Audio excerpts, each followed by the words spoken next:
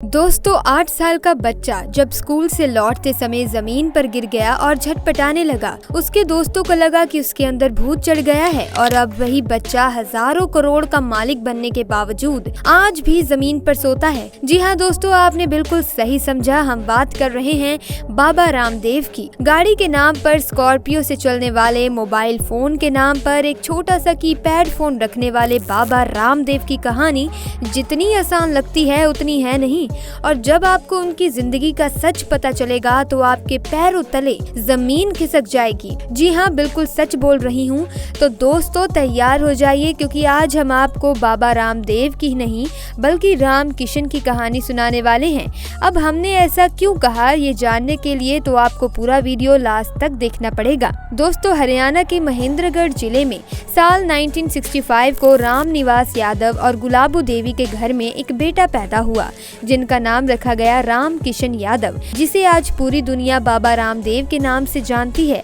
लेकिन किसी को भी ये नहीं पता कि जब बाबा रामदेव राम किशन हुआ करते थे तो जब ये मात्र 8 साल के थे, तब एक बार स्कूल से घर लौटते समय अचानक से ये जमीन पर गिर गए और झटपटाने लगे। दोस्तों को लगा कि उनका शरीर इतना अकड़ क्यों गया है। उन्होंने सोचा कि कहीं इसके ऊपर भूत वूत तो सवार नहीं हो गया। अगले दिन जब परिवार वाले राम किशन नाम के बच्चे को सरकारी अस्पताल ले गए तो पता चला कि उसे लकवा मार चुका है। उसके शरीर का बायां हिस्सा खराब हो चुका है और अब उसे जीवन भर विकलांग की तरह जिंदगी बितानी होगी। लेकिन राम किशन हार मानने वाले लोगों में से नहीं थे। 8 साल की उम्र में किसी बच्चे के लिए इस तरह के बीमारी को झेलना आसान बात नहीं होती। लेकिन राम किशन ने तो ठान ली थी कि वो खाली नहीं बैठेंगे। इसीलिए खेल का मैदान जब छूटा तो किताबों का साथ पकड़ लिया और किताबों को पढ़ने के इसी शौक के दौरान राम किशन के हाथ योग की एक किताब लगी, जिसके पहले ही पन्ने पर लिखा था, योग करने से मन और तन पर नियंत्रण साधा जा सकता है। इस किताब ने राम किशन को बहुत ज्यादा प्रभावित किया।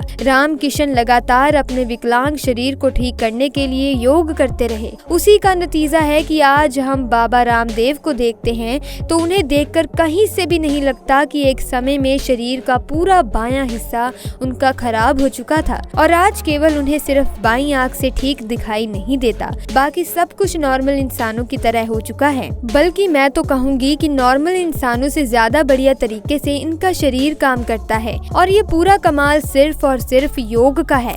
अगर राम किशन चाहता तो उस किताब को पढ़कर छोड़ देता, जैसा कि बाकी लोग करते हैं। लेकिन राम किशन को अपनी विकलांग की जिंदगी मंजूर नहीं थी। उसने तो अपनी बीमारी के साथ 2-2 हाथ करने की ठान रखी थी और अगर ऐसा ना होता तो आज किसी को भी बाबा रामदेव के बारे में पता नहीं चलता। पैरालिसिस के अटैक के बाद राम किशन का अपने स्कूल में मन नहीं लगता था। बाकी के साधारण बच्चों के साथ एक विकलांग बच्चे को भला कौन ज्यादा टेंशन देगा। इसीलिए पिता को बताए बिना उन्होंने कानपुर के गुरुकुल में दाखिला ले लिया और यहीं पर उनकी मुलाकात बाल कृष्ण से हुई।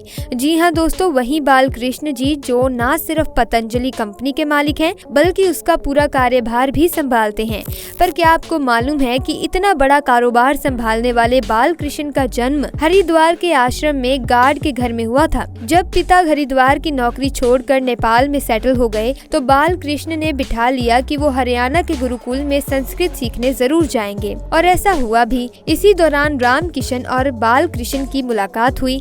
लेकिन राम किशन के नए दोस्त बाल कृष्ण की ज्यादा दिलचस्पी जड़ी बूटियों में थी और बाबा रामदेव तो योग के अलावा अध्यात्म के सवालों को ढूंढने में लगे हुए थे। इन्हीं सवालों के जवाब के तलाश में कुछ साल बीत गए। वो जिंद जिले के कलवा आश्रम में चले गए और कलवा के इसी आश्रम में राम किशन को अपना नया नाम मिला। दरअसल उनके गुरु आचार्य बलदेव ने कहा कि राम कृष्ण इस देश के 2 प्रतीक पुरुष हैं, लेकिन दोनों की प्रगति और परिवर्ति में जमीन आसमान का अंतर है। एक मर्यादा पुरुषोत्तम राम जो अपनी मर्यादा को बचाने के लिए कुछ भी कर सकते हैं, तो वही दूसरी तरफ भगवान कृष्ण जिन्हें दुनिया के इतने नटखट स्वभाव के कारण नटवर लाल के नाम से भी जाना जाता है। गुरु ने कहा कि तुम्हें इन दोनों में से किसी एक को चुनना चाहिए।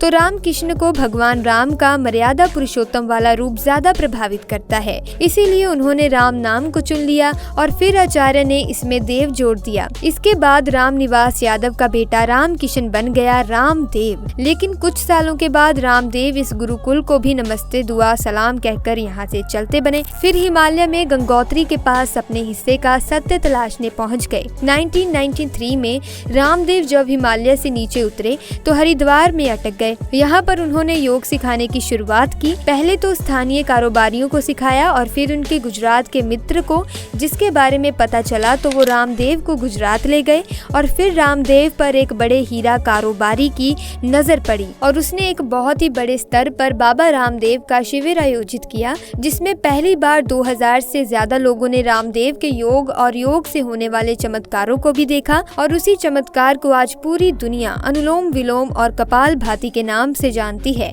और इसी चमत्कार के दम पर रामदेव बहुत बड़ा टेलीविजन ब्रांड बन गए। देखते ही देखते पतंजलि आयुर्वेद नाम की एक ऐसी कंपनी खड़ी हो गई जिसने हिंदुस्तान लीवर, नेस्ले, डाबर और भी कई स्थापित खिलाड़ियों की छुट्टी कर दी। एक ऐसी कंपनी जो आज 30,000 करोड़ का टर्नओवर लिए हुए है। इकलौती ऐसी कंपनी जो हर साल 100% से ज्यादा की ग्रोथ रेट हासिल कर रही है। तभी तो आज से महज 4 साल पहले इस कंपनी का टर्नओवर मात्र 10,000 करोड़ था, लेकिन आज 4 सालों में टर्नओवर 3 गुना ज्यादा बढ़ गया है।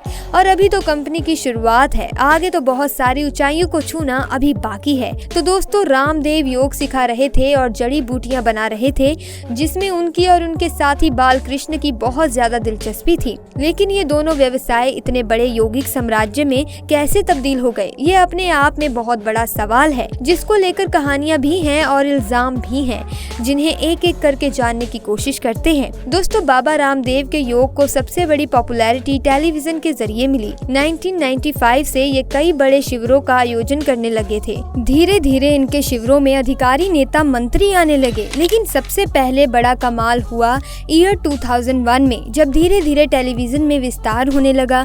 हर कोई अपने घर में एंटरटेनमेंट के इस नए रूप को स्वीकार करके रिमोट घुमाने के लिए तैयार था। एक तरह से कौन बनेगा करोड़पति शो, सास बहू के सीरियल चल रहे थे, वहीं दूसरी तरफ मंदिर आंदोलन की पृष्ठभूमि में एक नए किस्म की आध्यात्मिकता और धार्मिकता की आग उठ रही थी और इसकी पूर्ति के लिए कई सारे नए धार्मिक चैनल खुल रहे थे। और ऐसा ही एक धार्मिक चैनल था संस्कार, जिसने सुबह 6:45 पर रामदेव के योग अभ्यास को 22 मिनट के लिए पूरे देश को दिखाना शुरू कर दिया। 1 साल के अंदर बाबा रामदेव संस्कार से आस्था चैनल पर चले गए और उनका स्लॉट बढ़ गया और 3 साल के अंदर बाबा रामदेव को न सिर्फ धार्मिक चैनल दिखा रहे थे, बल्कि न्यूज चैनल भी सुबह सवेरे के स्लॉट में बाबा रामदेव के अनुलोम विलोम का सीधा प्रसारण कर रहे थे। और आज ये स्थिति है कि बाबा रामदेव औसतन 24 घंटे टीवी में अलग अलग चैनलों को जोड़ ले तो 18 घंटे से ज्यादा का विज्ञापन करते नजर आते हैं, क्योंकि लोगों को लगता है कि जिस इंसान ने केवल सांस ऊपर नीचे करवाकर लोगों पर इतना अच्छा खासा प्रभाव डाला, वो अगर कुछ बेच रहा है तो गलत नहीं बेच रहा होगा। और लोगों की इसी सोच का नतीजा है कि आज बाबा रामदेव का पतंजलि ब्रांड केवल उनके नाम से हजारों करोड़ों रुपए का मुनाफा कमा रहा है। तो दोस्तों, ये थी बाबा रामदेव की पूरी कहानी। अब आपको इनके बारे में क्या कहना है, कमेंट सेक्शन में आकर जरूर बताइएगा।